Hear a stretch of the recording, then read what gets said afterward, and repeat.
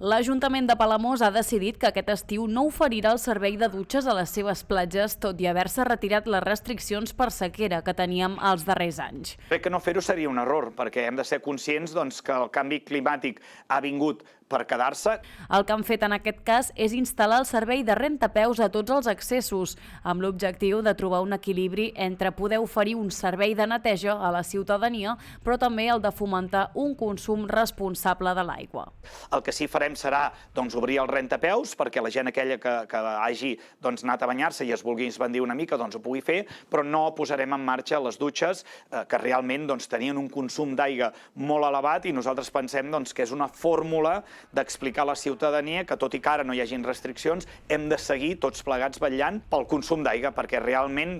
és un problema que en els propers anys segurament seguirem patint i cal que no abaixem la guàrdia en aquest sentit. D'altra banda, durant l'estiu i coincidint amb la màxima freqüentació i ús de les platges, Palamós tornarà a posar en marxa tota la resta de serveis, destacant el de socorrisme que s'iniciarà aquest dissabte 14 de juny i s'allargarà ininterrompudament fins al 14 de setembre. En aquest període també s'activarà el servei de bany assistit per persones amb mobilitat reduïda, que compta amb cadires amfíbies i armilles de flotació pels usuaris i que inclou també elements com les línies de vida i les baranes d'accés a l'aigua. De nou, també aposten per la plataforma que ja van instal·lar l'any passat per tal de que les persones amb mobilitat reduïda puguin accedir més fàcilment al mar.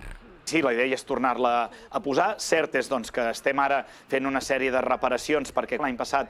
va patir alguns desperfectes importants, però nosaltres creiem que de forma general va funcionar i volem repetir l'experiència. A tot això, un any més, la platja de la Fosca i el port esportiu Marina Palamós han tornat a estar distingits amb la bandera blava com a reconeixement de la seva qualitat en aspectes de neteja, seguretat i gestió ambiental.